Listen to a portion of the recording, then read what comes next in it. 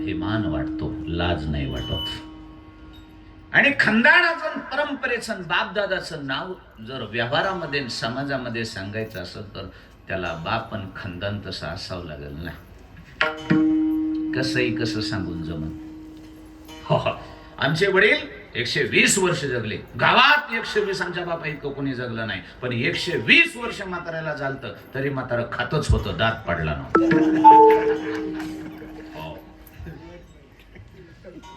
असं म्हातारा निबर होता आमचा बाप. महाराज अहो काय आता माणसं येत काय या पोरायले एवढ्या एवढ्या चपटीनं पडत येते. 2 क्वार्टर म्हातारा हानीतो तरी हुस करीत नव्हता. हे काय अभिमानानं सांगायची गोष्ट आहे का बापाची, खंदानाची परंपरेची? हे काय अभिमानानं सांगतो? अरे कोणत्या खंदानाचा अभिमान सांगावा? याचा धरीन अभिमान जीवे करीन जतन. जी परंपरा जीवा पाड जतन करून अभिमानानं सांगावी अशी परंपरा असावी बापदादांची.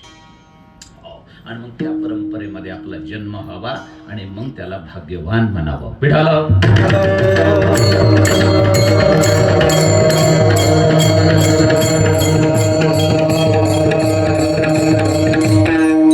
आमचे वडील 60 वर्ष जगले, जगू द्या.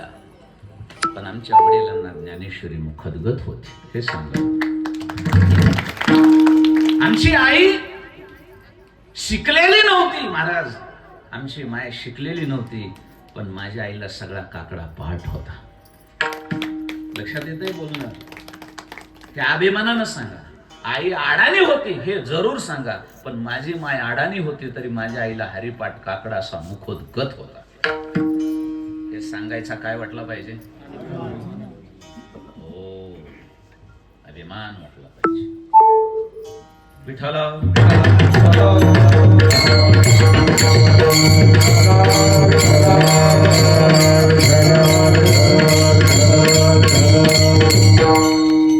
आणि मग अशा कुळ परंपरेमध्ये, पवित्र कुल परंपरेमध्ये ज्याचा जन्म होतो, 2 गोष्टी. काही काही कुल आणि परंपरा आणि खानदान असे वजनदार असतात की त्या खानदानामुळे कुठल्या पुत्रांना मान, खानदानामुळे पुत्रांची ओळख, वारसांची ओळख. आणि काही काही पुत्र एवढे बलशाली बनतात की त्या पुत्रामुळे खानदानाची ओळख.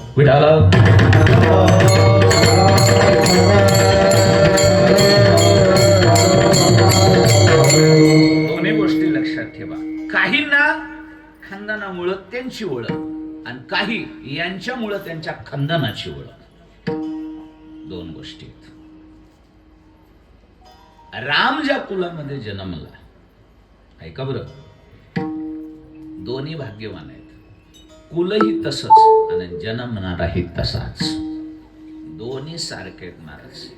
लक्षात आलं? कधी कधी मायबाप बी चांगलेच, पवित्र, खानदान पवित्र, मायबाप पवित्र, आईची कुस पवित्र, बापाचं बीज पवित्र आणि जन्मणार त्यांच्यापेक्षा पवित्र. काय कमी हो त्याला? आई वडील खानदान पवित्र, जन्मणार वारस आणि पुढले वंशज पवित्र, दोन्हीचा संगम आहे. आणि मग अशी जी पुत्र ज्या कुला जन्माला येतात ते पुत्रही कीर्तीला आणि खानदानही कीर्तीला. आलं लक्षामध्ये? रामही कीर्तीला पोहोचलाय आणि रामाचं खानदानही पोहोचलंय. का? रामापेक्षा रामाच्या कुलाला मान आहे. त्याचं नाव आहे रघुकुल. आलं लक्षामध्ये? रामापेक्षाही वजन कोणाचं आहे? रघुकुलाचं वजन आहे. म्हणून प्रभू रामचंद्राने स्वतःचं नाव रामापेक्षा जास्त नाव रघुनायक, रघुनाथ, रघुपती, रघुकुलदीपक हे सगळी नावं कुणाची आहेत? का? अभिमान आहे. रामापेक्षा खानदान मोठं आहे आणि त्या खानदानाला शोभेल असा मुकुट तो राम आहे. पिढाला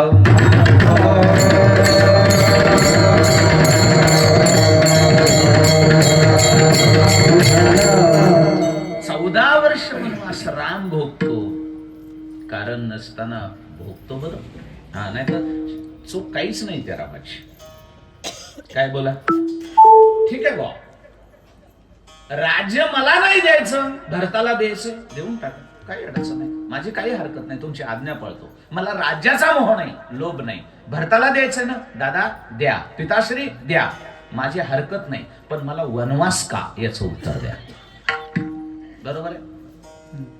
नको मला राज्य, तुम्हाला द्यायचं ना भरताला, बारक्या भावाला देऊन टाका, पण मला हे कुठेतरी एखाद्या कोपऱ्यामध्ये राहू दे ना.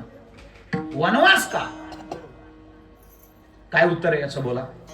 सगळे रामायण सांगतात, रामायण आपण सगळे ऐकतो.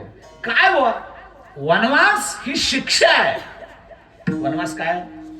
शिक्षा आहे ती. पांडवांनी चुकले म्हणून त्यांना वनवास होता. राम काय चुकला होता?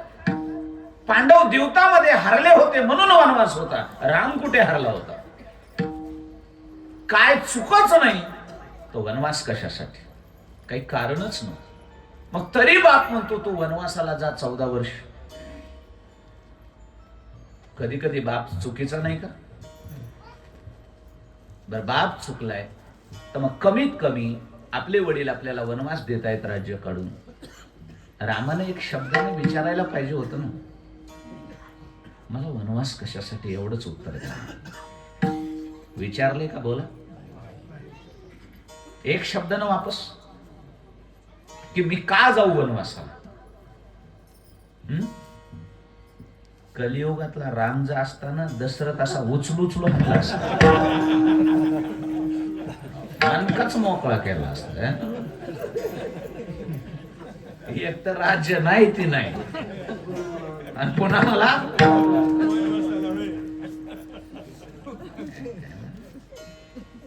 म्हणून फरक आहे त्या सत्ययुगातल्या आणि कलियुगात. एक शब्दानं नाही हो, एक शब्दानं नाही वापस. गुमान मान खाली घातली आणि 14 वर्ष वनवासामध्ये राम. ही चर्चा भरपूर रंगली बरं त्या काळामध्ये. लक्षात घ्या, आपण फक्त एक रामायण वाचतोय, भावार्थ रामायण, वाल्मिक रामायण. रामायण भरपूर आहेत, शतकोटी रामायण. अध्यात्म रामायण म्हणून एक रामायण आहे, बघा कोणाला कधी मिळालं तर, मस्त ग्रंथ आहे. ही चर्चा रंगली वनामध्ये. ऋषी मुनी, जपी तपी, साधू संत, राजा महाराजामध्ये. असं का केलं रामाने? विचारायला पाहिजे होतं दशरथाला. अरे निष्पाप, रामाला ज्याला कधी राजवाड्याच्या बाहेरचं ऊन माहित नाही, त्या मुलाला दशरथानं काट्याकोट्यामध्ये वनवास द्यावा, याला कारण काय? विचारलं का नाही? विचारायला पाहिजे होतं. मग राम ज्या वेळेस वनामध्ये गेल्यानंतर सगळे बसले ते ऋषी मुनी एकदा, आणि मग रामाला सगळ्यांनी विचारलं, प्रभू आम्हाला तुमचा राग आलाय. राम म्हणले, का बरं? कधी कधी एवढं शांत राहणं चांगलं नाही. लक्षात घ्या बरं, कधी कधी शांत राहणं चांगलं, पण अति शांत राहणं सुद्धा अंगलट येतं. रामा तुम्ही सात्विक आहे हे आम्हाला मान्य आहे, पण एवढा सात्विकपणा काय कामाचा? दशरथ राजानं कैकईनं कपट केलं आणि त्या दशरथानं कैकई कपटी कैकईचं ऐकून तुम्हाला वनवास दिला, पण ते देण्याचं कारण तर तुम्ही विचारायला पाहिजे होतं वडिलांनी. काय विचारलं नाही तुम्ही? रामाने उत्तर दिलं बरं, खूप गोड. तुळशीदास, आता तुळशी रामायणाकडे या. आणि मग त्या तुळशी रामायणामध्ये दोहा आलाय त्याचा, रामाने दिलेलं उत्तर आहे त्यांना. राम म्हणतात त्या ऋषीमुनींना, बरोबर आहे तुमचं, अन्याय करणं जसं पाप आहे तसं अन्याय सहन करणं सुद्धा हे शास्त्र आहे. तुमचं बरोबर आहे रामा, तुमच्यावर हा सरासरी अन्याय झालाय, तरी तुम्ही तो अन्याय सहन का केला? त्याचा प्रतिकार करायला पाहिजे होता तुम्ही. तर रामचंद्र म्हणतात, तुमचं बरोबर आहे, तुमच्या दृष्टीत तो अन्याय आहे. मी माझ्या बापाला विचारूही शकलो असतो. ऐका बरं, वडिलाची मिराशीवर चालले, इकडे तिकडे नाही.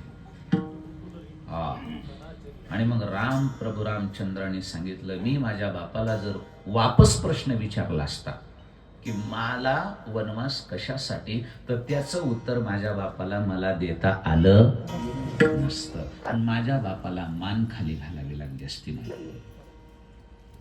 आणि या जगामध्ये एका बापाला पोराच्या पुढं मान खाली घालावी लागल एवढा लज्जास्पद पुत्र जन्मण्यापेक्षा ते खानदान वाज राहिलेलं बरं.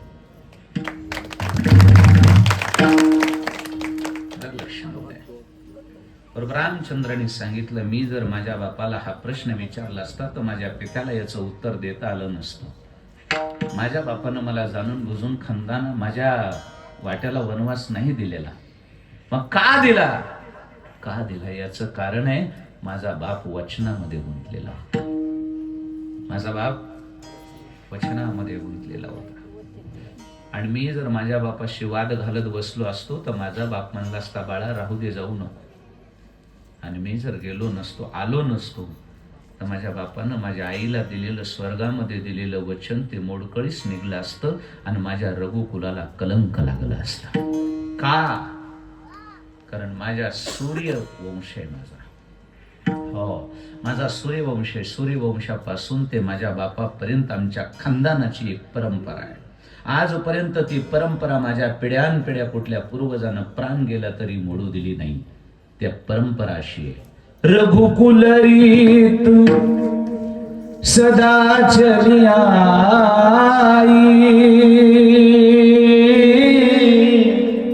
प्राण जाय पर वचन न जाय.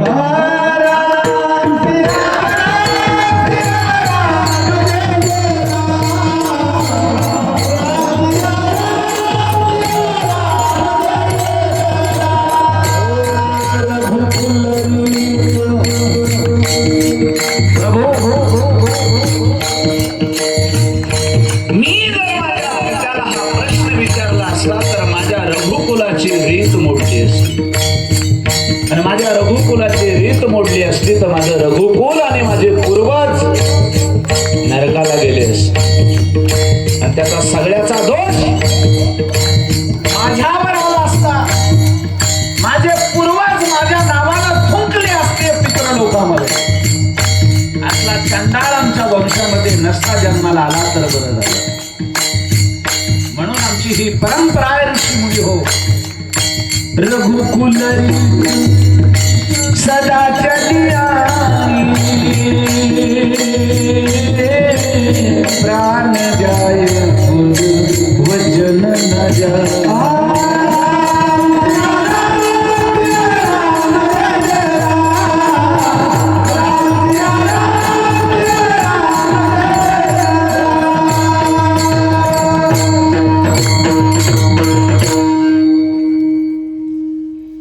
एवढ्यासाठी मी 14 वर्षाचा वनवास भोगतोय.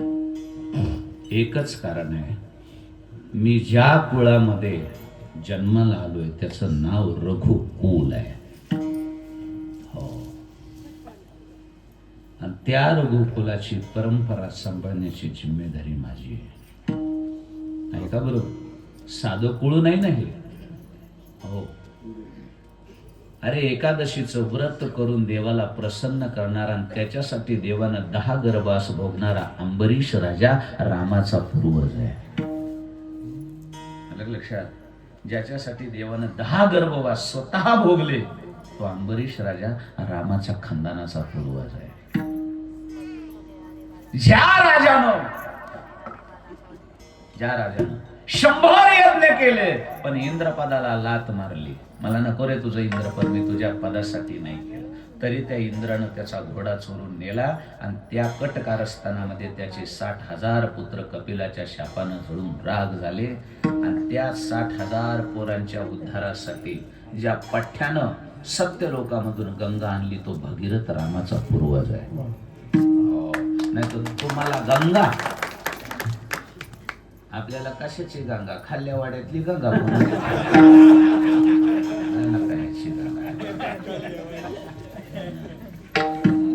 ही गंगा कुणाची देण आहे? रामाच्या खानदानाची. पुढे चला. 1 तासामध्ये मुक्तीला गवसणी घालणे, 1 तासामध्ये जन उद्धार करून घेतला, जगात उदाहरण ठेवून गेला, तो खटवांग राजा रामाच्या खानदानातला पूर्वज आहे. खानदान सांगतो मी रामाचं. दिलीप राजा, अंशुमन राजा, सगर राजा, भगीरथ राजा, अंबरीश राजा आणि त्या खटवांगाचा मुलगा दीर्घबाहू झाला. तसाच तेजस्वी दीर्घबाहू राजा. दीर्घबाहूचा रघु झाला. आणि याच रघुच्या नावावर प्रभू रामचंद्राच्या खानदानाचं नाव आहे रघुकुल. असा राजा पुन्हा होणे नाही. आलं लक्षामध्ये? त्याचा इतिहास खूप मोठा आहे, आता तुम्हाला सांगायचा नाही. रघुकुलच का नाव पडलं रामाच्या खानदानाला?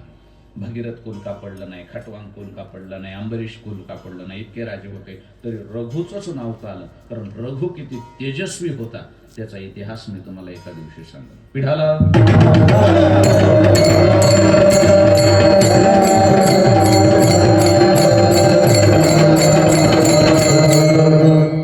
आणि मग त्या खटवांगाचा दीर्घबाहूचा रघु, रघुचा आजचा दशरथ आणि दशरथाचा राम. काय दिव्य परंपरा आहे महाराज एकाची.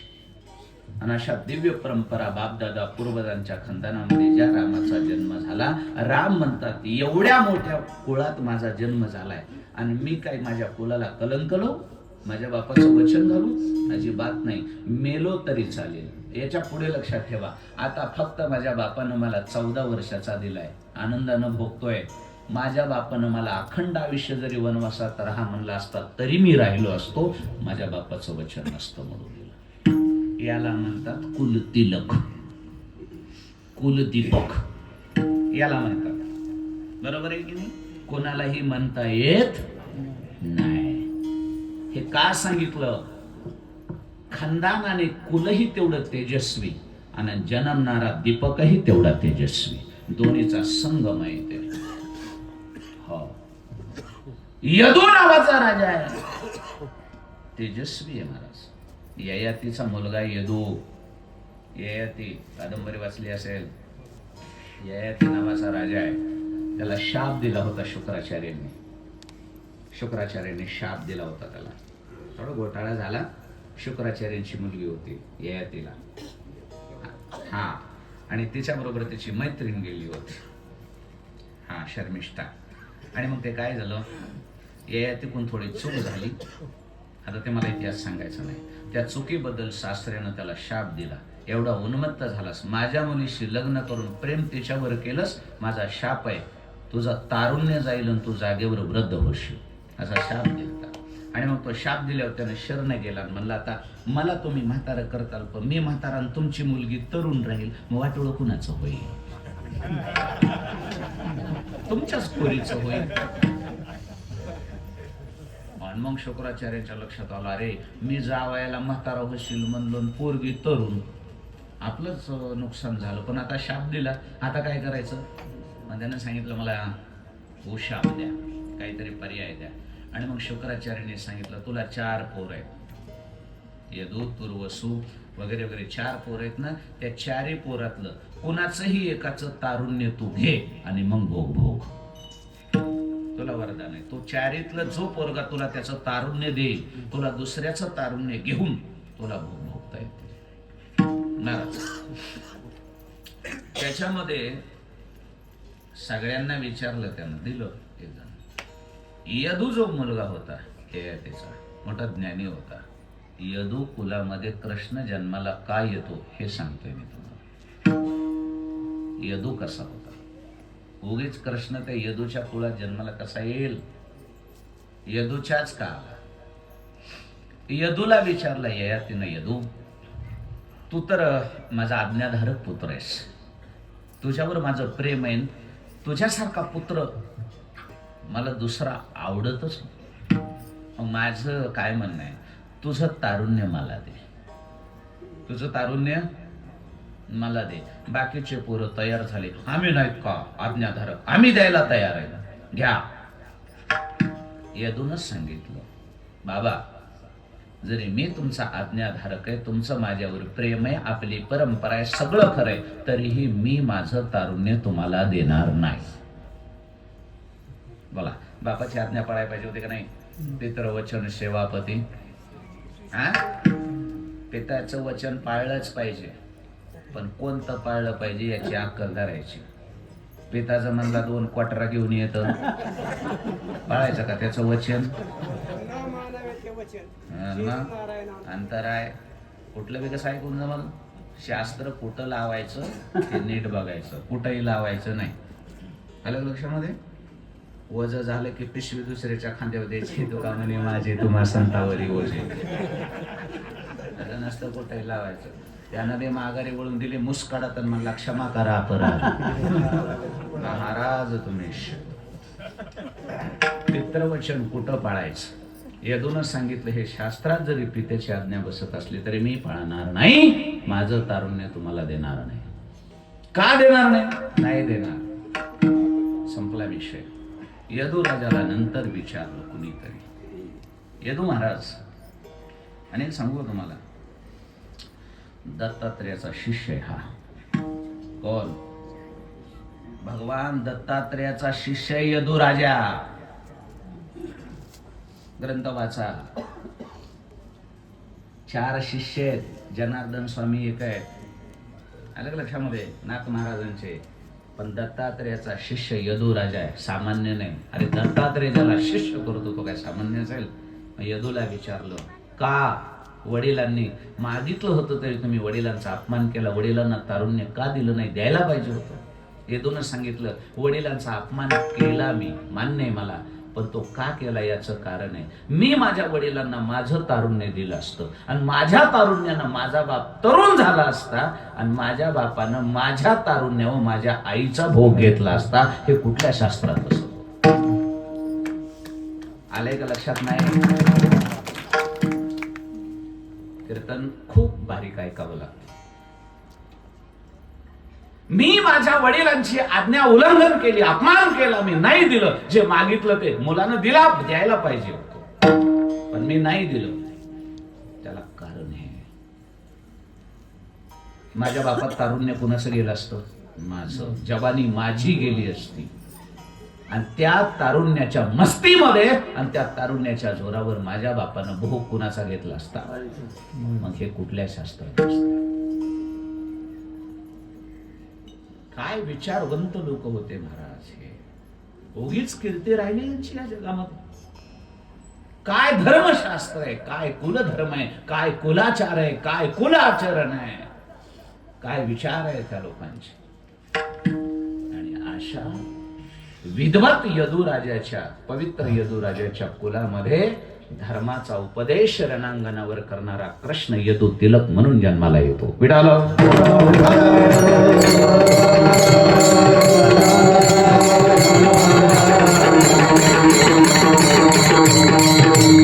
म्हणून कृष्णाला यदुकुल तिलक. कुठे कसं कुणी जन्माला येईल आणि देवन संत लय विचार करून जन्माला येतात. पवित्र ते कुळ पावन तो देश, ते हरीचे दास. कुणी कुठे येत नाही. तसं लक्षात ठेवा. वडील आणि वडिलांची परंपरा. कमीत कमी शहाण्या माणसाने तरी जीवनामध्ये एकच गोष्ट लक्षात ठेवा. नाही काही कमवता जीवनामध्ये आलं तर कमवा, नाही तर न कमवा. त्याचा काही विषय नाही. जीवनच किती आहे. कमवलं तर चांगलंच आहे, पुरुषार्थ करा. पण नाहीच काही करता आलं का, कमीत कमी एकच करा. पाया पडून हात जोडून विनंती आहे. पोरांनी 100% काहीतरी करावंच. नाही करता आलं तर आहे तेच खावं. पण जीवनामध्ये बापाला आपल्यामुळं कुठं खाली बघावं लागल असं कुठलंच काम करू. हे सगळ्यात मोठी कमाई आहे आयुष्यामध्ये. आणि तुम्ही कितीही मोठे असलात, किती संपत्तीवाले, संततीवाले, सत्तेवाले असलात, पण तुमच्यामुळे तुमच्या खानदानाचं नाव जर खराब होत असेल तर काढी लावा त्या तिन्ही गोष्टीला. विडाला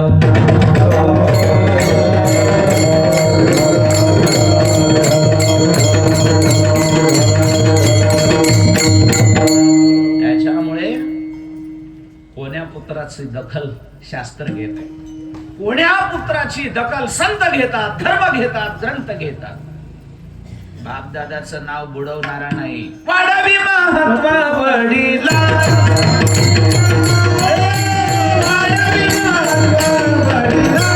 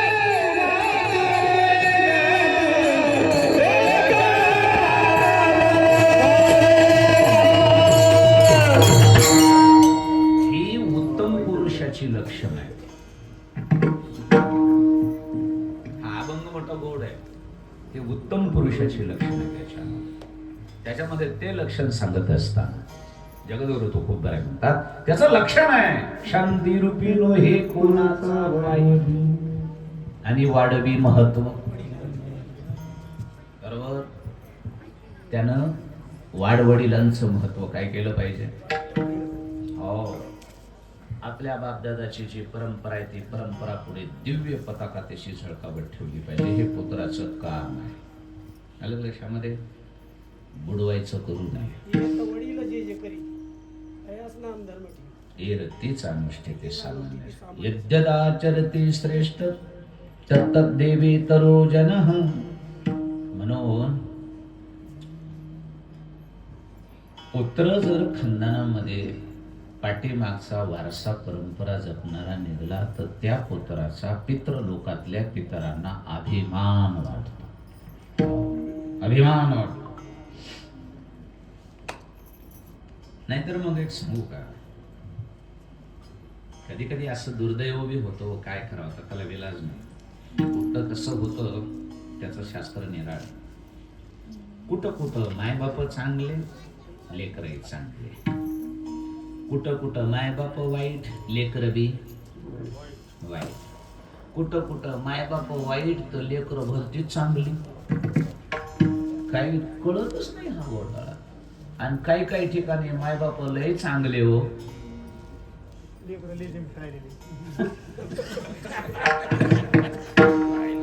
काय विलाज नाही हो. काय होत आहे कधी बरं. पोरगा कधी कधी खानदानामध्ये इतकं विचार एखादं चांगलं निघतं हो, सात्विक निघतं. तो ते मायबाप त्याला म्हणते हो असा छिंड बोंबलं जाता. अरे खानदानामध्ये वारकरी पुत्र वैष्णव भक्त जन्माला आला याचा त्यांना अभिमान पाहिजे का नाही. अभिमान पाहिजे. काय देवा आमच्या खानदानामध्ये असलं कधी माहित नव्हतं रे बाबा. कुणी कोण आमचं कुठं पुण्य जागं झालं आणि असा मुलगा आमच्या नाही तर आमच्या 7 पिढ्यामध्ये कुणी माळकरी नव्हता. असं अभिमानानं त्यांनी रडवून सांगितलं पाहिजे. देवा किती कृपा केलीस. 7 पिढ्यात आमच्या घरात हे कधी माहित नाही आणि हा मुलगा किती सात्विक आमचा असं सांगितलं पाहिजे का नाही. तुला दुसदुस करते हो जे माळ घालीन का नाही. हो आमचे कोळी नव्हते आयशे आणि हेचे पिशे. जुने महाराज दृष्टांत सांगायचे म्हणले ते आम्ही एका म्हाताऱ्याच्या घरी मुक्कामाला गेलो. जुने महाराज सांगायचे, माझं नाही सांगत. मी कशाला मुक्कामाला राहतो कुठं. जुने महाराज राहायचे. मग ते म्हातारं जे होतं का 4 पोरं होते त्याला. 3 पोरं होते 4 होते काय माहिती. मग ते महाराज ते म्हातारं शेजारी शेजारी झोपले कीर्तन झाल्यावर. मग ते म्हातारं त्या महाराजाला सांगत होतं बोलत होतं काय चाललंय महाराज कुठले. म्हणजे आम्ही इकडचे केजचे. बरं बरं बरं. कीर्तन करतात का. म्हणजे हो. मग आज कीर्तनाला चालतात का. हो. मग कसा आहेस बायका पोरावाला महाराज आहेस का कसा आहे संदेश आहेस. तर म्हणला हाय माझं बी झालं. बरं बरं बरं. ते म्हणला तुमचं कसं आहे बाबा. म्हणला माझं देवानं लय चांगलं केलंय. 3 पोरं आहेत 3. वा नंबर 1 आहे म्हणलं माझं. महाराज म्हणले मग पोरं काय करतात. पोरायचं काय एका चढी 1 निघलेत ना. म्हणला मोठा काय करतोय. महाराज म्हणले मोठा काय करतोय. मोठ्याचा लय मोठा बिझनेस आहे म्हणले. त्याला तालुक्यातून मागणी म्हणले. माझा बिझनेस आहे म्हणले. लय लोक काय करत त्याचे उपकार आहेत म्हणले. चांगल्या चांगल्यावर उपकार आहेत म्हणले. नाव केलं पोरांना म्हणले. दुकानच तसं चालतंय म्हणले. म्हणलं कशाचं दुकान. मला दारूचं दुकान टाकलं.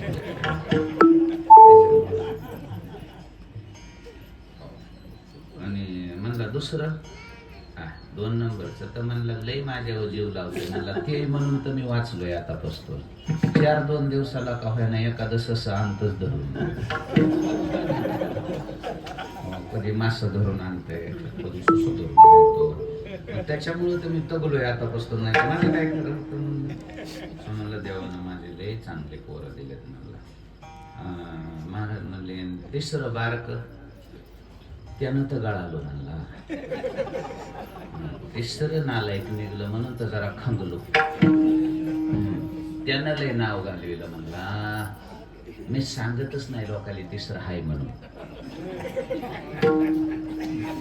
इतकं नालायक आहे म्हणला, लाज वाटते ते म्हणला सांगायचं. त्याच्यामुळे मी लोकांनी दोनच पोरं सांगतो. तिसरीनं नावच घालवलं म्हणला. चट खानदानाचं मला बी खाली बघायचं केलं. नसतं जन्माला आलं तर बरं झालं असतं. महाराज म्हणले पण नेमकं करतंय काय असं? काय करतंय म्हणला. तो येऊन बोंबलं फिरत.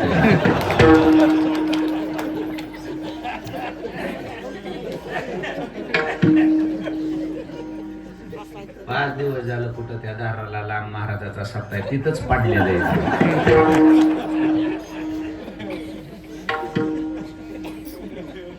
आता काय करायचं सांगा. विसंगती हो, दुर्दैव आहे.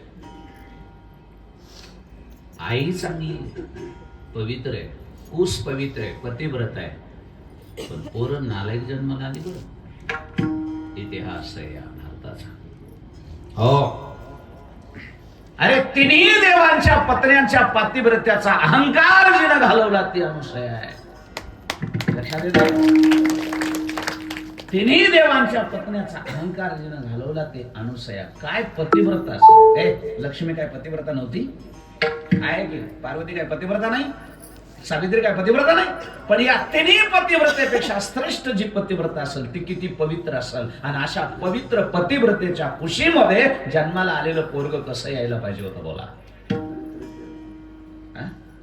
आई, ज्या आईला तिन्ही देव आई मानतात, नमस्कार करतात, काय पतिव्रत आहे महाराज, काय कुस पवित्र असेल. आणि त्याच्या पोटी पोरग जन्माला आलं, माय पतिव्रता. त्या माईच्या पोटी जन्माला आलेल्या पोरानं इंद्राच्या नादी लागून दुसऱ्या पतिव्रतेचा विनयभंग केला. कायमचा काळा झाला. पिढालं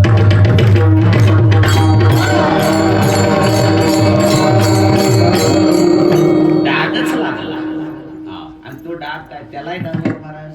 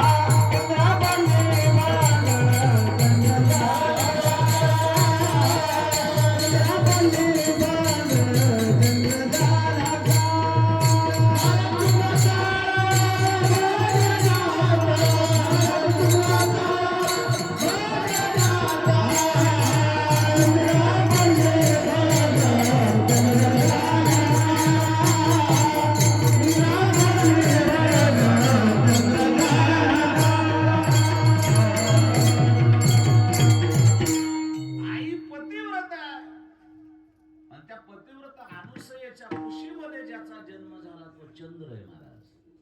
अनुसयाचा मुलगा आहे. हो, कोणाचा मुलगा आहे चंद्र? अनुसयाचा मुलगा आहे महाराज. आई एवढी पवित्र, बाप एवढा पवित्र, अत्री ऋषी ब्रह्मदेवाचा मुलगा आहे. विचार करा नातं किती लांबचं नाही. नारायणाचा मुलगा ब्रह्मदेव, ब्रह्मदेवाचा मुलगा आत्री आणि आत्रीचा मुलगा चंद्र आहे. किती जवळचा संबंध आहे देवाचा आणि खानदानाचा या चंद्राच्या. आणि हा पवित्र अनुसयेच्या पोटी जन्मलेली संतती चंद्रानं पवित्र असणारी पतिव्रता गौतमाची पत्नी अहिल्याचा विनयभंग केला. याला का नाही बोला.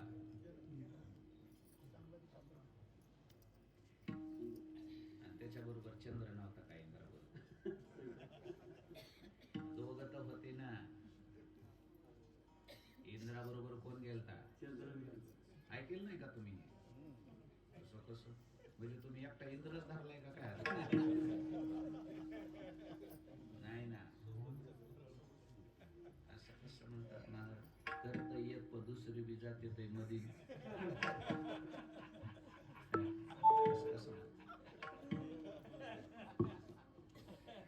इंद्र जरी असला तरी चंद्रानं त्याची साथ दिली. एक सांगू का तुम्हाला, पाप करणं जेवढं घातक आहे तेवढं त्याला अनुमोदन देणं त्याच्या दुप्पट घातक आहे. कृतकारिता अनुमोदिता असं शास्त्राचं वचन आहे. त्याचा अर्थ आहे का? कृत म्हणजे करणारा, कारिता म्हणजे करून घेणारा, आणि अनुमोदिता म्हणजे त्याला अनुमोदन देणारा. एका पापात तिघ जण सारखे सहभागी असतात आणि तिघांना सारखा वाटा मिळतो त्या पापाचा. पुण्य असं नाही तर पाप असतं. एका कर्मात किती जण भागीदार? कोण कोणते? एक प्रत्यक्ष करणारा, दुसरा करून घेणारा, आणि तिसरा त्याला अनुमोदन देणारा. पुण्य असो नाही तर पाप असो, त्या दोन्ही गोष्टीमध्ये हे तिघ जण असतात. आता एखादं वारीला निघाले, प्रत्यक्ष वारीला जाणारा एक, ज्याचे पाय शिनायले तो, पण त्याला वारीला ज्यानं काढलं, आबा चला बरं, होतच राहतंय, चलतच राहतंय, तुम्ही एकदा माझ्या बरोबर चलाच, घडू द्या वारी, काही अडचणी येत नाही, आम्ही आहे सोबत, काही अडचण आली तरी आम्ही असलो, काय काळजी करायचं, होईल कसं बी चला. हे करून घेणार,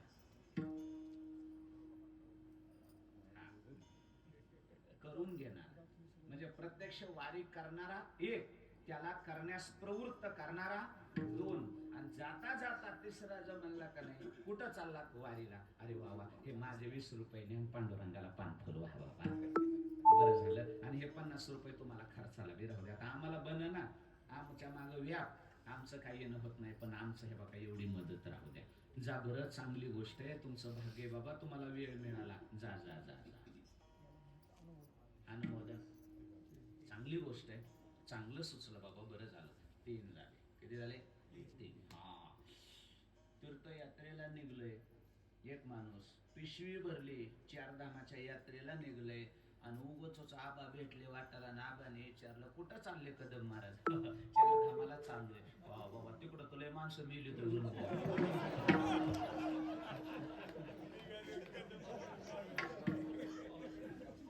आव, ते पिशवी घेऊन माघारी पळालं ना.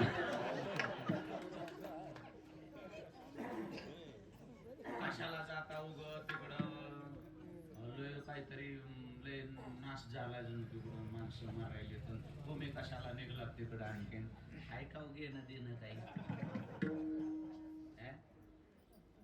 मग त्याच तीर्थयात्रा तिथंच संपली का नाही? मग ह्याला पापाला कोण भागीदार आहे?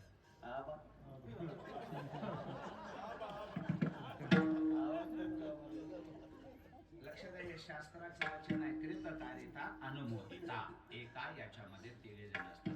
भले चंद्रानं काही नसल केलं, पण इंद्राला अनुमोदन दिलं का नाही? बरोबर सहकार्य केलं ना पापामध्ये, त्याच्याबरोबर गेला आणि त्या अहिल्याचं पातिव्रत्य भंग केलं, आणि नसतं केलं, त्याचा दोष नसता तर काळा कसा झाला असता? पिढाला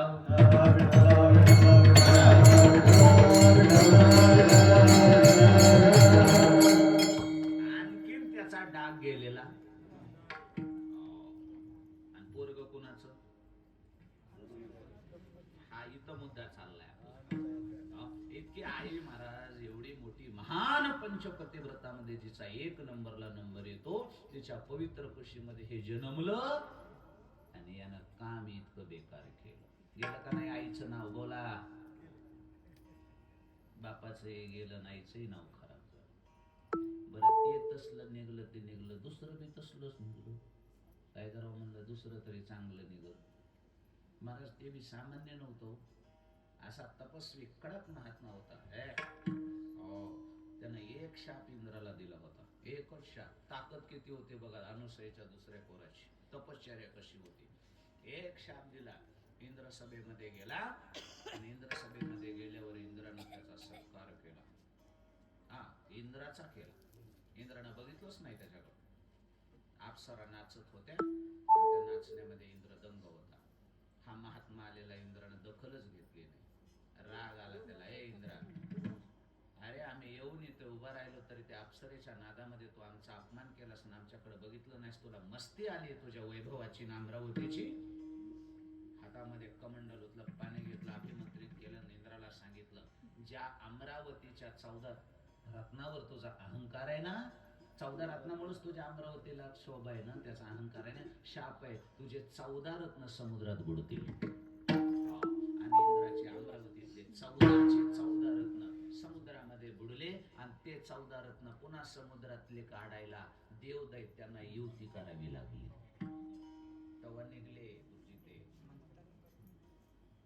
मंथन करावं लागलं, समुद्र मंथन, आणि ते समुद्रामध्ये बुडलेले रत्न काढावे लागले. काय ताकद असेल हो त्या पट्ट्याची? त्याचं नाव आहे दुर्वास. दुर्वास आहे. काय महाराज सामर्थ्यवान माणसं आहे, तो ही सामान्य नाही. पण काय करावं महाराज, काय ते तपश्चर्या करून उपयोग आहे? कारण नसताना याला एवढी अक्कल नसू नये का महाराज? आपल्याकडे जे तपश्चर्याची ताकद आणि सामर्थ्य त्या हरिभक्ताला छळ करायला वापरू नये, एवढं कळू नये त्याला. दुर्दैव, कशी दुर्बुद्धी सुचते काही कळतच नाही. अरे ज्यांच्या पाठीमागे 24 तास द्वारकेचा राणा देव ज्यांचा पाठीराखा आहे, सगळ्या जगाला माहिती आहे की बरं पांडवांच्या केसाला कोणी धक्का लावू शकत नाही, कारण पांडवांचा पाठीराखा कृष्ण आहे हे दुर्वासाला माहित असताना सुद्धा मध्यरात्रीला जाऊन त्यांना भोजन मागणं बरोबर होतं. ते कपट नव्हतं त्याच्यामध्ये, कपट होतं, ते छळ करायला गेलं होतं. त्यांचं पुण्य हरण करायचं होतं, सत्व हरण करायचं होतं आणि त्यांना बदनाम करायचं होतं. अरे पण कुणाला करायला गेलास दुर्वासा? जे देवाचे लाडके आहेत त्यांना. हरिभक्ताचा छळ करण्याची दुर्बुद्धी ज्याला सुचते, नीट ऐका, मग तो कोणीही असो, देव म्हणतो त्याची पायली भरली.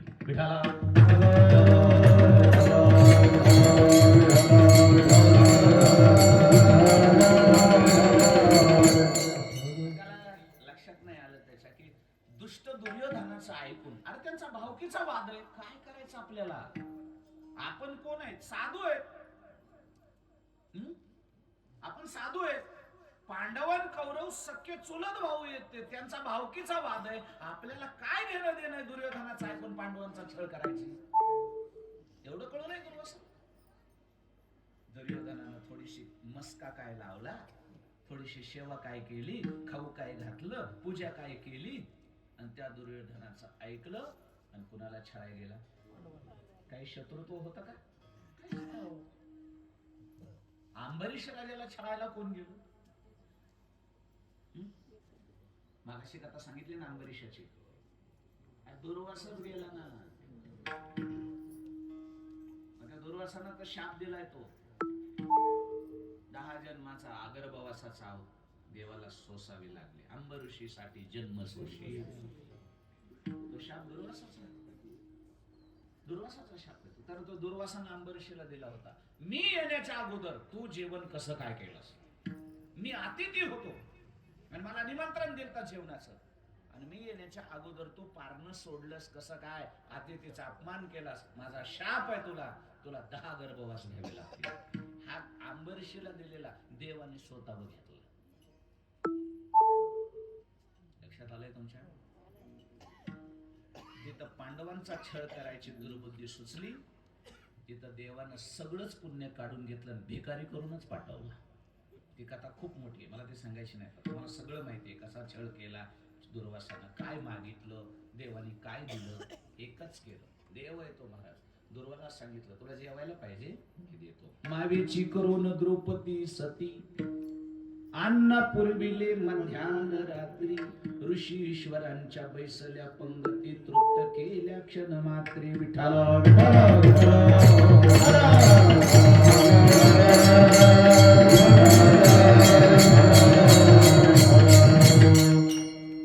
या अनुसयेची संतती. बोला बरं आता याच्यात चूक कुणाची? माईची, बापाची? त्याला काय करावं महाराज? कधी कधी असले नालायक जन्माला येतात, त्याला मिळालंच नाही. मायबापांना भोगावं लागतं. एक सांगू का महाराज? हो, नातावाले आजी पुढच्या असं कसं जमल? राहिलंय थोडं. म्हाताऱ्याची मला कमाल वाटते महाराज. पुढल्या कडीला बसून डेअरिंग करतात.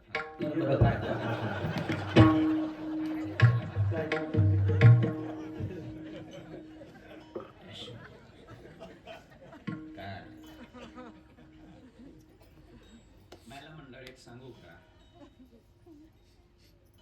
तुमच्या पोटी जर 7वी पोरग जन्माला आलं, कन्या आली, माय कसलीही असू द्या, तिचा उद्धार होणार. कोणामुळे? कनेक्शन आहे, हा कनेक्शन आहे. डीएनए सायन्स मध्ये बी चालतो ना, अध्यात्मामध्येही चालतो. किती पिढ्यापर्यंत डीएनए कळतो? 3 म्हणा 5 म्हणा, मग कळतो का नाही? डीएनए वर संबंधच येतो ना. तसं एक लक्षात ठेवा, तुमच्या पोटी सात्विक कन्याने पुत्र जन्म. हरिभक्त जर आला, माय आडाणी असू द्या, येडी असू द्या, गबाळी असू द्या, तिला माळा असू द्या नसू द्या, काही नसू द्या, महाराज तिचा उद्धार होणार.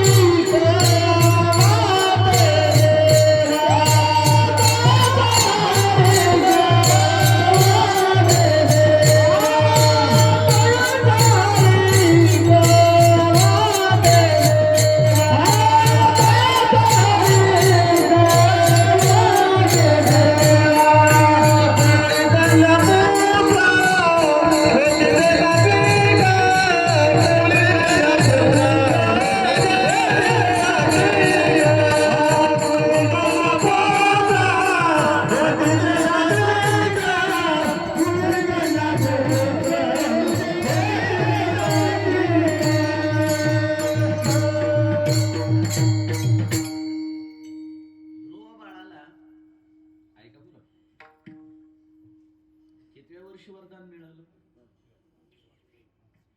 आढळपदाच. देवाने सांगितलं, ध्रुवा तुला आढळपद दिलंय मी, पण ते आता नाही लगेच. हे काय लगेच थोडंच मिळालं. बाळा तू लहान आहेस आणखी, तू आता घरी जा. देवाने सांगितलं वरदान दिल्याच्या नंतर ग्रंथ नीट वाचायचा पुढचे. आपण फक्त तेवढीच कथा घेतो, पुढलं बघतच नाही. बाळा आता तू वापस जा, घरी जा. मी तुझं रिझर्वेशन करून टाकलं आढळपदाच. दिलं नाही, फक्त काय केलंय? रिझर्वेशनचा अर्थ तुम्हाला कळतो. वेळ आल्यानंतर ते तुमचंच आहे, त्याच्यावर कोणाचा हक्क नाही. भगवंताने सांगितलं, बाळा तू माझा लाडका बाळ आहेस, तुला आढळपदाचं रिझर्वेशन मी आज करून दिलंय. जसं बिभीषणाला लंकेच्या राज्यपदाचं रिझर्वेशन आल्या आल्या करून दिलं होतं, फक्त रिझर्वेशन केलं, नंतर दिलं. मग ध्रुवबाळाला सांगितलं तू वापस जा, मोठा हो, वडिलांच्या जागेवर राज्य कर, राजा हो. मग उत्तानपाद ज्या वेळेस पायउतार झाला राज्यावरून, पृथ्वीचा चक्रवर्ती सम्राट होता राजा उत्तानपाद, आणि मग त्या उत्तानपादाच्या जागेवर राजा कोण झाला? ध्रुव झाला.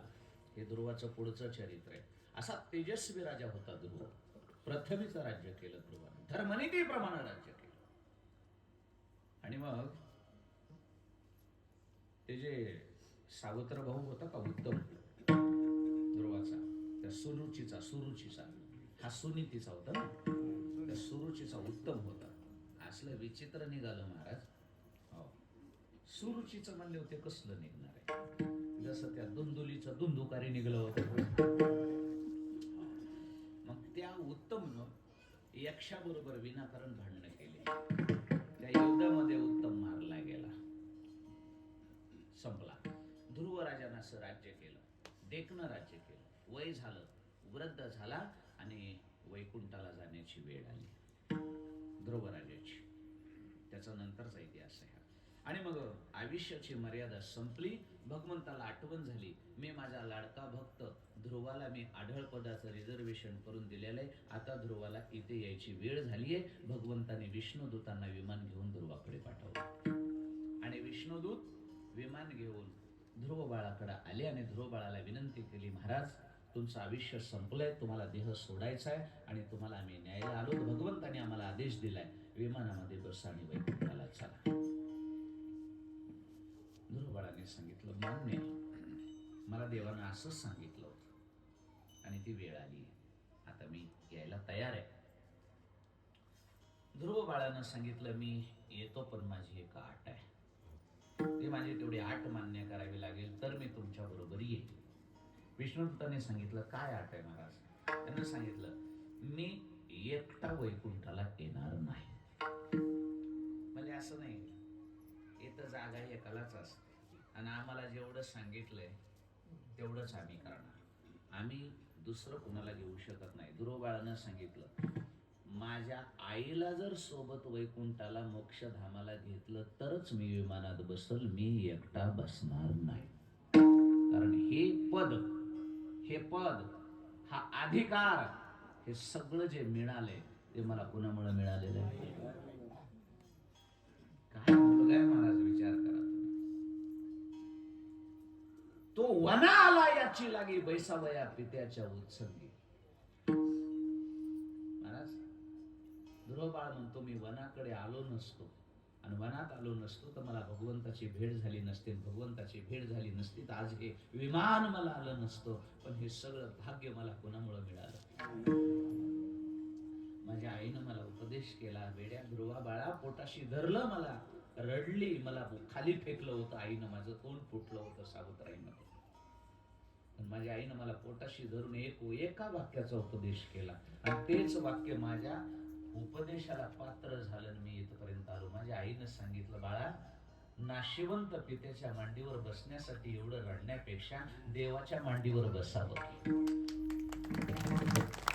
काय वाक्य आहे मला, आई हो. आणि त्या आईच्या वाक्यामुळे आईनं मग विचारलं, आई कुठं असतो ग मग देवाच्या मांडीवर बसायचं म्हणलं, तो देव कुठे असतो बाळा? देव वनामध्ये असतो आणि म्हणून मी वनामध्ये आलो. एक शब्द ध्रुवाकडून गेला होता, बाबा, आई सुरुची आई सावत्र होती म्हणून तिनं मला खाली फेकलं, मान्य आहे मला ती सावत्र आहे, पण बाबा सावत्र नव्हते ना. बाबांनी मला का उचललं नाही? राग आलता बरं ध्रुवाला बापाचा. आणि सुनीतीनं ओळखलं, याच्या मनामध्ये बापाविषयी वैरभाव निर्माण झालाय आणि हा वैरभाव जर वाढत गेला, हे जसं जसं तारुण्यामध्ये येईल हे वैर वाढत जाईल आणि एक दिवशी पिता पुत्राचं युद्ध होईल. माय हो, अशी माय लागते. ओळखलं तिनं आणि पटकन सांगितलं, वडिलाविषयी असा मनात कधीच भाव नाही सांगितलं. तुझ्या बापाबरोबर संसार मी केलाय, तुझ्या बापासारखा देव मानव जगात नाही. तिथंच संपविलं. जायचंय तर देवाकडे जा, बापावर राग नाही धरायचा. किती उपकार म्हणायचे. आपलं लेकरू जर रडत माईकडे आलं, आय आय मला पप्पानं मारलं, आपली माय म्हणली का कधी, मारू दे, मारलं तर काय होत आहे, मारीतच असतो बाप. म्हणली का आपली माय? आपलं पोरग जर रडत आला, आय मला पप्पानं मारले, त्याला कसा फोड उठत होता.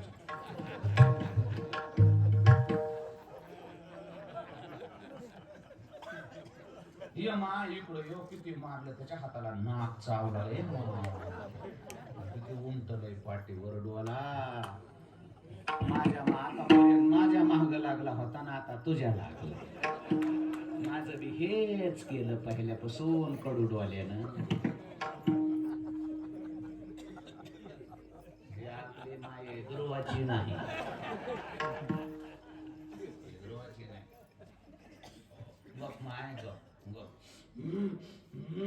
माझं पप्पाने मला मारले, मी पप्पाला दाखविणार आहे आता. वागा, त्याच्या आताच नादी लागू नको. नियोजन कळालंय का नाही पुढचं? काय दूरदृष्टी आपल्या माईची. आपली माय म्हणली तू बारीक वागा आणखी त्याच्या आताच नादी लागू मग कवा लाग मग ती माय त्याचा बदला घेण्यासाठी त्याला दूध पाजती खरपा चारिती खोबरं चारिती आणि ते गाबडं बी बापाकडे बघू बघू जोर काढी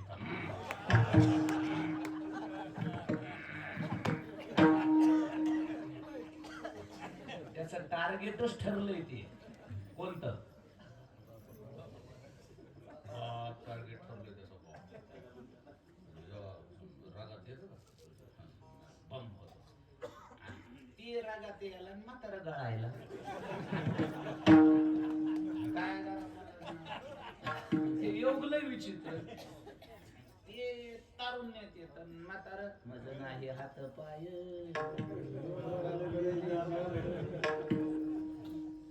ते पोरग महाराज राग धरून त्या बापाला एक दिवशी अंगावर जात महाराज काय करायचं हांत ओ बापाला हांत काय सांगा ए पोरगा बापाला माघारी बोललं तर महिन्यात 2 दिवस उपाशी ठेवावा लागतो नालायका तुझ्यासारखा जंत माझ्या पोटाला आला अरे त्या बापानं खडे मते खाऊन आपलं घर उभं केलंय बापानं काय काय केलं नाही तुझ्यासाठी या घरासाठी आणि त्या बापाला बोललास लाज वाटते मला तुझा जन्म देण्याची चल ने घरात सुद्धा यायचं नाही असं माईनं म्हणावं लागतं बोलाल का पोरगा बापाला माघारी म्हणा बोला पोरानं बापाला हाणल्यावर माय लोकाली सांगत नाही आज माझा पान फिटला माय तुला वल्या पाटाला हाणलं पाहिजे पान फिटला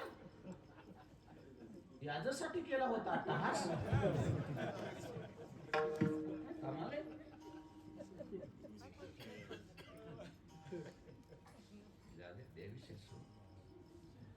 ध्रुवबाळानं सांगितलं माझ्या आईनं असं जर मला काही सांगितलं असतं तर मी इथपर्यंत आलो असतो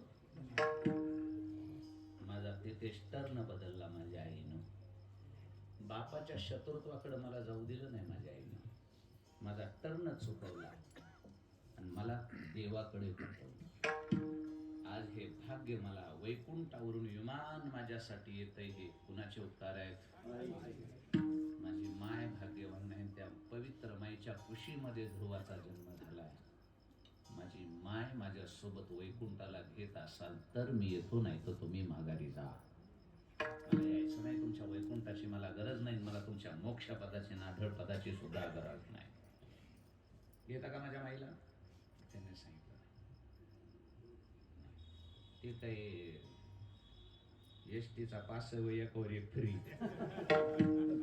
थोडंच विमान आहे ते असं कसं दुसऱ्याला नेता येईल अजिबात नाही जमणार वापस गेले ते मालकाला विचारून येतो म्हणजे विष्णुदूत वापस गेले विष्णुबरोबर संवाद करताय तुमच्या ध्रुव बाळाचा हट्ट आहे तो म्हणतो की मी एकटा विमानामध्ये बसणार नाही प्रभू तो म्हणतो की माझ्या आईचा काय संबंध आहे याच्यामध्ये तुम्ही आढळ पदाचं रिझर्वेशन कोणाचं केलंय एकट्या ध्रुवाचं केलं मग मोक्ष पदाला नाडळ पदाला आईला कसं आणता येईल दुसऱ्याला आणि तो हट्टाला पेटलाय आता काय करायचं आणि देवा खरं सांगा बरं ज्यानं केलं त्यालाच की हो दुसऱ्याचा काय संबंध आहे देव म्हणले विष्णुदूतांना तुम्ही फक्त दूत आहेत नौकर आणि नौकराची बुद्धी तेवढीच असते तुम्हाला आमच्या घरातला कायदा माहीत नाही आता आमच्या घरातला कायदा असा देव म्हणले माझा जो भक्त आहे तुम्ही म्हणतात ना आईला कसं आणता येईल अरे आईला बरं आईला तरी म्हणलाय नुसता गलिमत आईलाच म्हणलाय फक्त हो कारण नियम असा आहे माझी भक्ती करणारा हरिभक्त नुसती आई नाही मातृपित्र भ्राता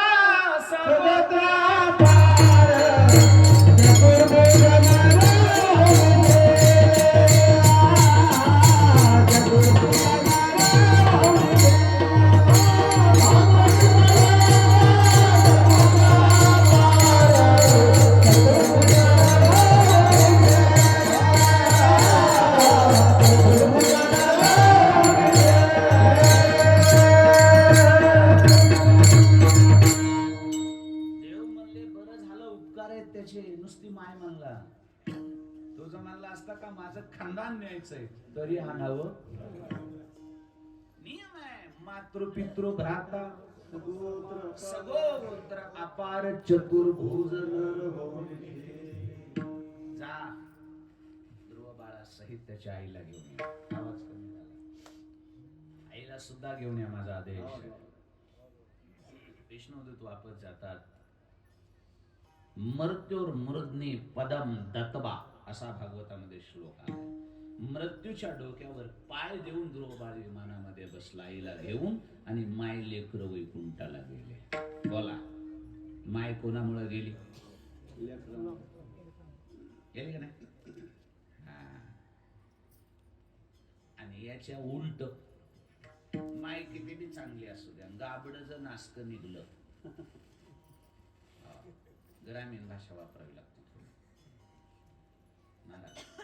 त्या माईनं सेपरेट नरकाला जायची तयारी करायची गरज लागत अजिबात. तुम्ही काही करू नका, माय मला नरकाला जायचंय कशी जाऊ, काही करू नको. पोरग चटणी येतंय,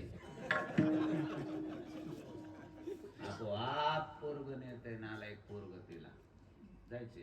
लक्षात येते? प्रमाण देऊ का? तुका म्हणे जाय नरका भक्ताची माय, नरका भक्ताची माय, नरका भक्ताची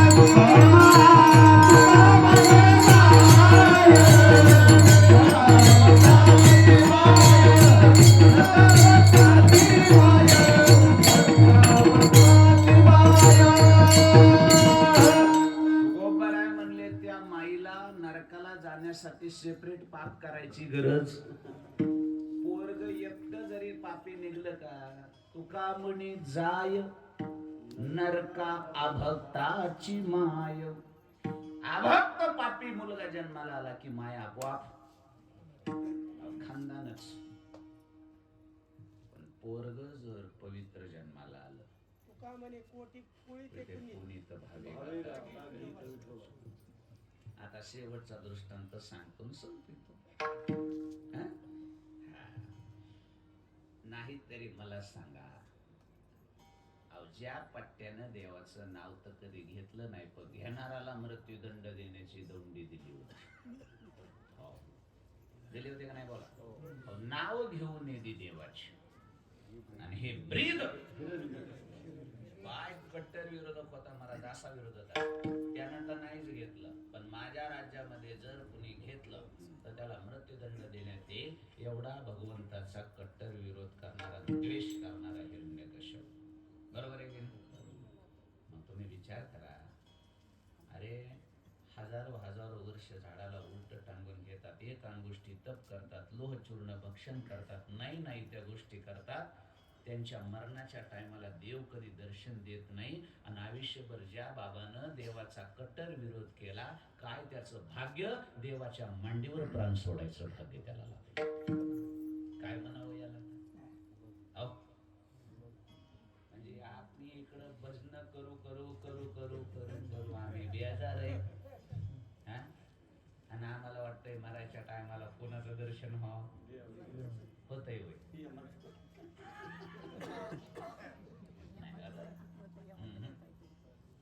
मरणाच्या टाइम आयुष्यभर भजन करतो आणि मरणाच्या टायमाला भजनच येत नाही. आणि भजन नाही आले देव कुठून येणार? दुर्दैव आहे, दुर्दैव आहे. काय कसं बघा ना ते हिरण्यकश्यप, ज्यानं आयुष्यात कधी देवाचं नाव घेतलंही नाही, कोणाला घेऊही दिलं नाही, आणि त्याला मरण कुठं आलं? अरे दशरथाला भाग्य नाही ना रामाच्या मांडीवर डोकं ठेवून प्राण सोडायचं लागलं का? बोला. चौघे पुत्र राजा दशरथाना अंतकाळी एकही नव्हता. राम जन्माला दशरथाच्या पोटी, त्या रामाच्या मांडीवर डोकं, लेकाच्या मांडीवर डोकं ठेवून प्राण सोडायचं भाग्य दशरथाला लाभलं नाही, कुणालाच लाभलं नाही. आणि विचार करा, एकमेव असा फक्त हिरण्यकश्यप आहे ज्याला नुसतं देवाचं दर्शन नाही झालेलं, लांबून देव बघितलेला नाही, प्रत्यक्ष देवाच्या कुठे तो मांडीवर झोपून देवाकडे बघत बघत त्यानं प्राण सोडलाय. बोला कोणामुळं? लक्षात आलंय का नाही? हिरण्यकश्यपाला हे भाग्य लाभलंय पोरामुळं. नाही तर त्याची लायकी होती का? बोला. कोणामुळे आला देव? मांडीवर घेऊन फाडला. देवाने सांगितलं, हिरण्यकश्यपा माझ्याकडे बघ, आता तुझ्या सगळ्या ब्रह्मदेवाने दिले वरदान संपले, आता माझ्याकडे बघ. भाग्यवान आहेस. अंतकालेचे मामेव स्मरण मुक्त्वा कलेवरम. अंतकाळाच्या वेळेला मी तुझ्या समोर आहे, माझ्याकडे बघ आणि प्राण सोड. प्राण सोडला. प्रल्हाद रडायला लागला. सगळं झाल्यावर नरसिंहाने जवळ घेतला आणि जिभेनं चाटायला लागले. कारण ते प्रेम करण्याचं अवतारच तो होता, सिंहाचं तोंड होतं. चाटायला लागले प्रल्हादाला.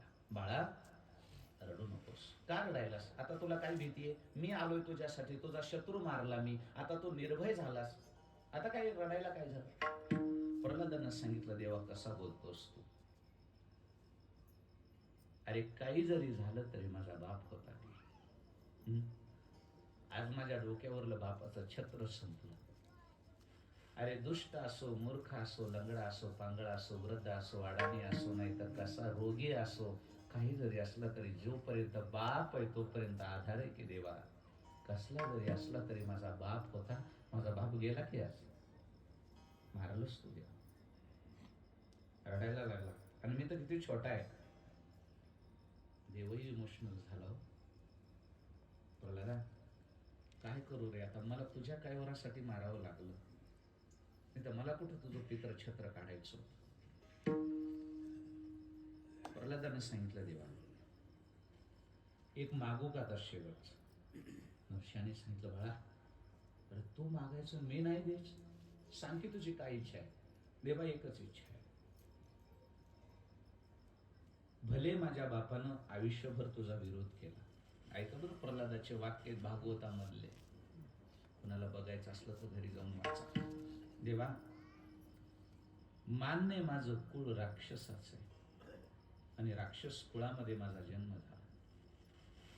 काय दोष माझ्या बापाचा? आमचं खानदानच राक्षसाचं आहे. आम्ही काय सात्विक थोडेच.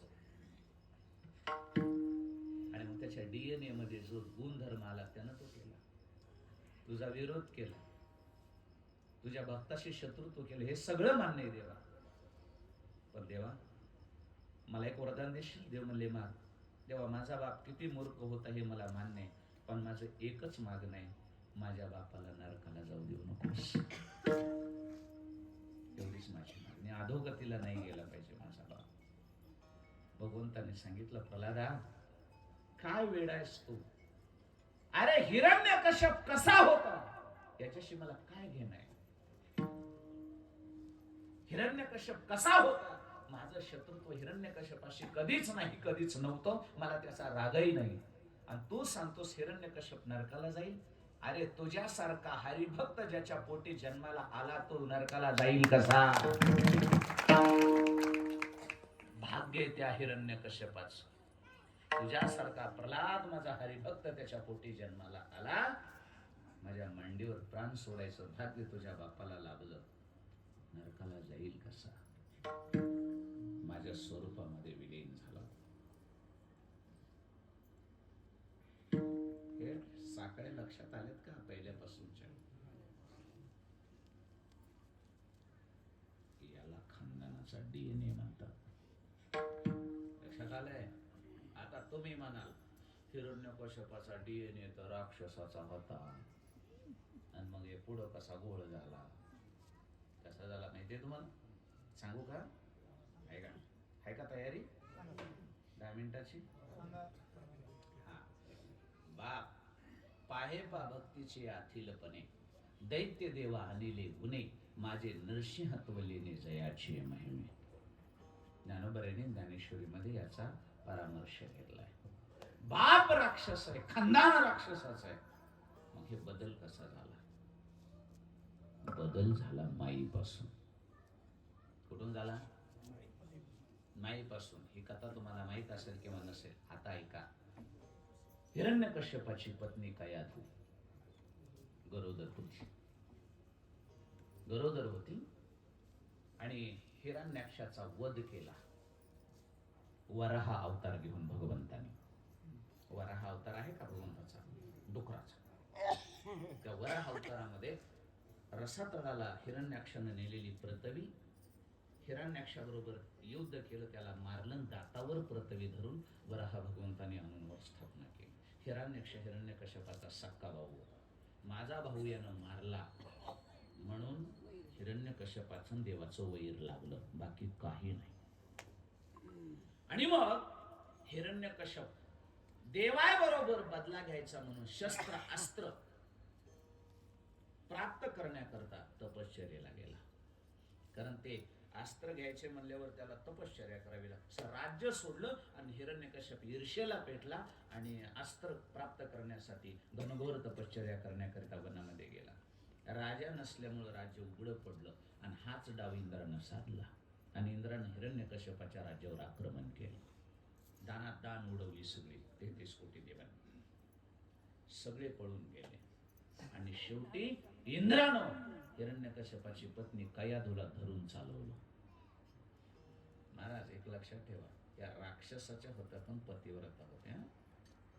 सगळ्या राक्षसांची मस्ती बायकांच्या जीवावर होती, कारण त्या पतिव्रता होत्या. सगळा इतिहास पलटून बघा तुम्ही. रावणाची मस्ती मंदोदरीच्या पातिव्रत्यावर, जलंधराची मस्ती वृंदेच्या पातिव्रत्यावर, आलं का? अहिरावण महिरावणाची मस्ती चंद्रसेनेच्या पातिव्रत्यावर. सगळे राक्षस बघून घ्या. तसं कयाधू पतिव्रता आहे आणि तिला ओढत फरफटत इंद्र चालवत होता मारायला. गरोदर होते, पोटामध्ये त्याच्या बाळ होत. पुढून नारद आले आणि नारदांनी अडवलं इंद्राला, इंद्रा खबरदार, चूक करतोयस. तुझा शत्रुत्व हिरण्यकश्यपाशी. क्षत्रियानं स्त्रीवर हात उचलायचा हा धर्म आहे. विसरलास? धर्मशास्त्र स्त्रीवर, बालकावर, गायीवर आणि साधूवर क्षत्रियानं त्याचं बल दाखवायचं नाही.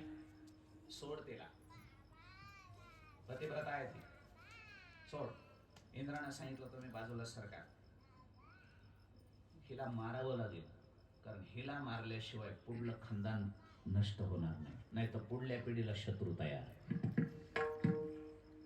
या पोटामध्ये नारदांनी इंद्राला व्यवस्थित सांगितलं. इंद्राच्या लक्षात आलं, आपण जर आज कयाधूला मारलं तर आपली बदनामी होईल, कारण नारद म्हणजे पत्रकार आहे. हो, त्याच्यासारखा पत्रकार तो साधा नाही. एखाद्याची जिरवायची म्हणले होते, पक्की जिरवायची. इंद्राच्या लक्षात आलं, नारदाच्या नातीला तुमचं मार, कयाधूला सोडून दिलं. आता ऐका, राज्यात जाता येत नव्हतं, कब्जा यांचा होता. नारदांनी सांभाळ केला कयाधूचा हिरण्यकश्यप येईपर्यंत. आणि मग पुढले 7 महिने कयाधू कोणाच्या संगतीत? मग आता जी कयाधू 7 महिने एवढ्या महापुरुष नारदांच्या संगतीत राहिली म्हणल्यावर रात्रंदिवस तिच्या कानावर काय पडत असतं? तिथे रामनाम होईल श्रवण, घडेल भोजन, आणि पुढले ते बाळ जन्माला येईपर्यंत त्या कयाधूच्या कानावर फक्त एकच जप होता, श्रीमन्नारायण नारायण नारायण. हा कुणाचा जप आहे? बोला, नारदाचा. आणि तोच जप पुढे कुणी केला? लक्षात गुरुमंत्र कुठून आला होता? आणि ते बाळ, त्याच्यावर गर्भसंस्कार झाले, त्या कयाधूच्या गर्भावर संस्कार हे नारदांच्या मंत्राचे झाले. तिथं गर्भसंस्कारामध्ये फरक पडला. भले खानदान राक्षसाचं होतं, आई किती महत्वाची हे सांगतोय. आईच्या गर्भात असणाऱ्या प्रल्हादावर भक्त नारदांच्या मंत्राचे संस्कार झाले आणि जन्माला आलेलं बाळ जन्मल्यापासूनच त्याला तो छंद होता, श्रीमन नारायण नारायण नारायण.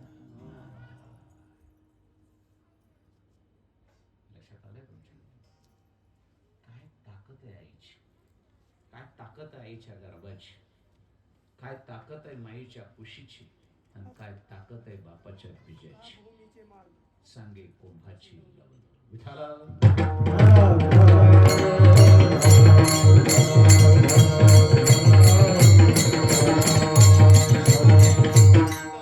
त्याच्यामुळे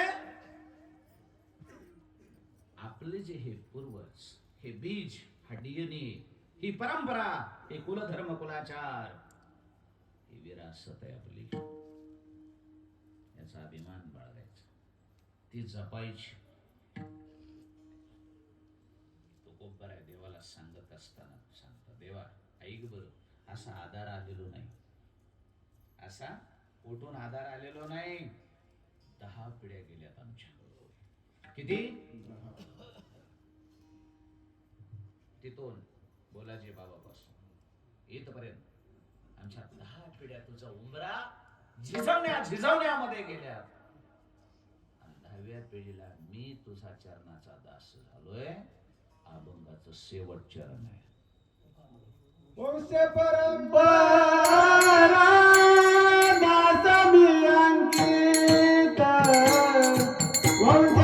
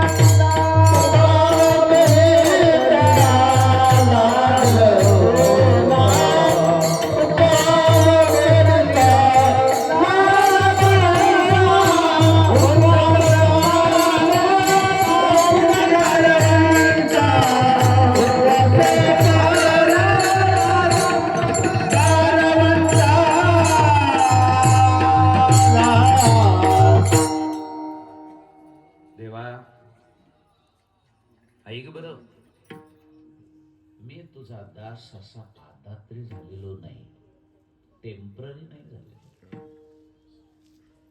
माझ्या पाठीमागे माझ्या बाप दादांची, पूर्वजांची, वंशाची परंपरा आहे. उगीच एवढ्या हक्कानं बोलता येत नाही. हक्कानं कुणाला बोलता येतं? ज्याच्या बाप दादाची सेवा आहे त्याला बोलता येत. आलं लक्षात? म्हणून मगाशी सांगितलं, पक्षाला कधी कधी बापाचं कार्य बघून लेकराली मंत्रिपद द्यावं लागतं.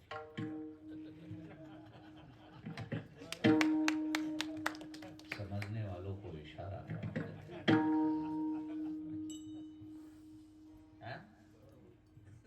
कुणामुळं? त्याच्या आज्यानं बापानं बाबा पक्षासाठी आपल्याला छटलेले, वाढवलेला आहे, विस्तार केलेला आहे. भले काही जरी झालं तरी पण त्या माणसाची एक कृतज्ञता म्हणून पुढल्यांना फळं चाकाय भेटतात. तो उपकार आहे, दाखला देतात देवाला. देवा उपकार करत नाहीस माझ्यावर, आमचा सगळा वंश, आमचं सगळं खानदान, आमचे सगळे पूर्वज, आमचे सगळे पितर 10 पिढ्यापासून तुझ्या पायाची सेवा करण्यामध्ये झिजलेत. आणि त्याच वंश परंपरेचा मी सुद्धा दास आहे. दखल घ्यावी लागेल का नाही? ऐक देवा, आणि माझी दखल जर तू नाही घेतलीस आणि मला जर तू बाजूला केलंस, याची लाज कुणाला, इज्जत कुणाची जाणार, नाव कोणाला ठेवणार? मला नाही, तुला तुला तुझं ब्रीद जाईल, तुझी भक्ती सुद्धा कोणी करणार नाही. त्याच्यामुळे जरा विचार कर. वंश वंश परंपरा दासमी अंकित तुका मोकलिता लाज करू का माझ्या वडिलाचे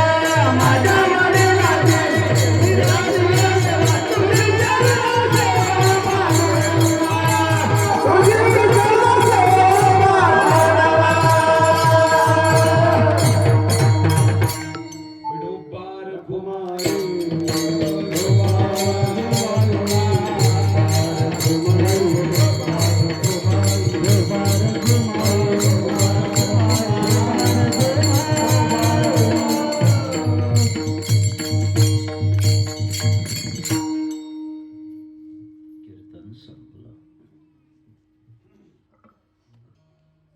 याच शीर्षक असं एकूण वाडवडिलांच्या परंपरेचा अभिमान धरा, आपल्या कुल परंपरेचा स्वाभिमान बाळगा. आपण ज्यांच्या खानदानामध्ये ज्यांच्या वंशामध्ये जन्माला आलो त्या पूर्वजांच्या परंपरेचं पालन करा. हा सगळ्यात मोठा परमार्थ आहे. आलं लक्षात? फक्त मी मागाशी सांगितलं, फक्त वाडवडिलांच्या परंपरा परमार्थिक असाव्यात, नाहीतर आमच्या बापाकडे वाघूर होती.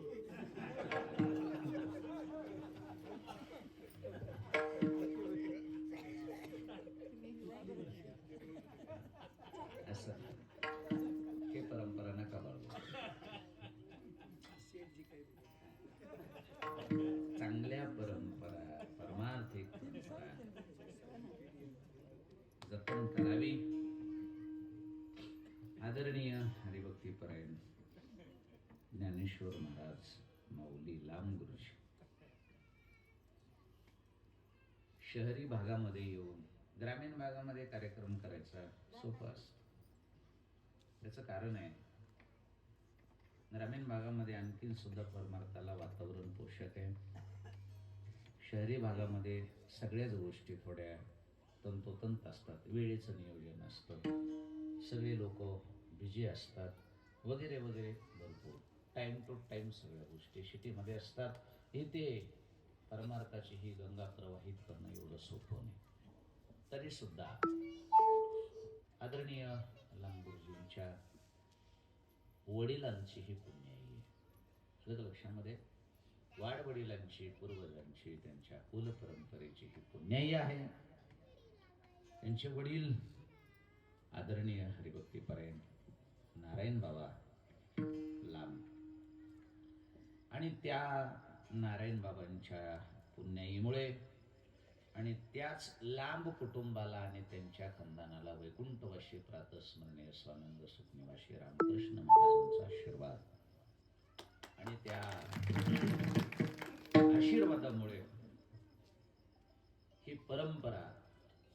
पुढे चालवण्याचं सद्भाग्य आणि हे कार्य आदरणीय ज्ञानेश्वर माऊली लांबगुरुजी आणि त्यांचे बंधू, ते एकटेच नाही, त्यांचे बंधू पण त्यांच्या सहकार्याला सोबत आहेत.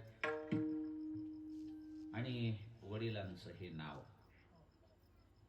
हे पुढं चालवलंय, नाही तर कुणाला आम्हाला माहीत झालं असतं कोण नारायण राम होते, हे कुणाचे मुलं आहेत वगैरे वगैरे, हे कसं माहीत झालं असतं.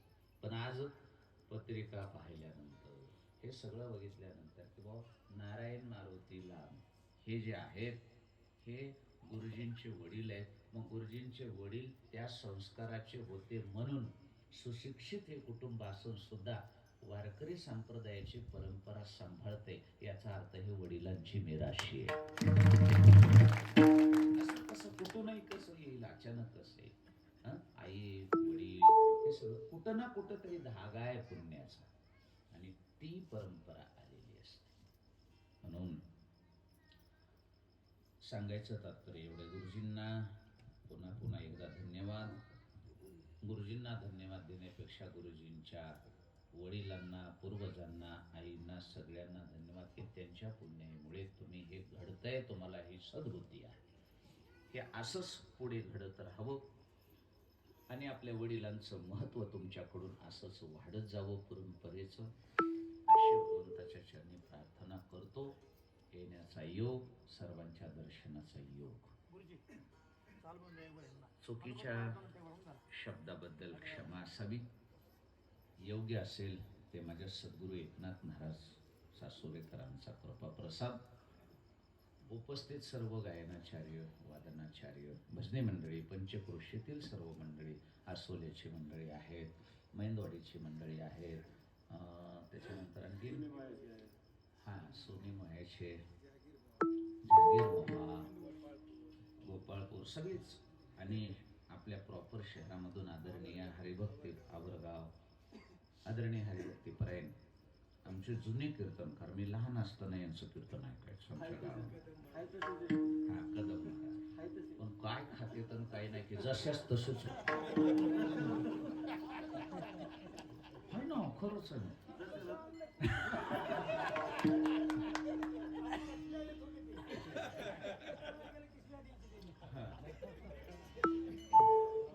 आमचे सगळे प्रेम करणारे सगळे कर्मचारी वृंद, सगळ्यांना नतमस्तक. न्यूनते पुरते अधिकते सरते. आमचे अण्णा आहेत अशोकांना, अशोकांनाचं प्रवचन दुपारी झालं 4 वाजता, तरी वापस डबल आले. मी म्हणलं किती प्रेम आहे अण्णाचं. गाडीत बसल्यावर मला सांगितलं, म्हणले माझा बुटी सारला, प्रवचनाला आले. आता म्हणलं होतं उतरा खाली, पण आता कसं, आता बसले बसू द्या. त्या बोटाच्या का निमित्तानं होईना पण लाभ घडला. चला चालू नाही का कोण म्हणणं नाही. ज्ञानेश्वर माऊली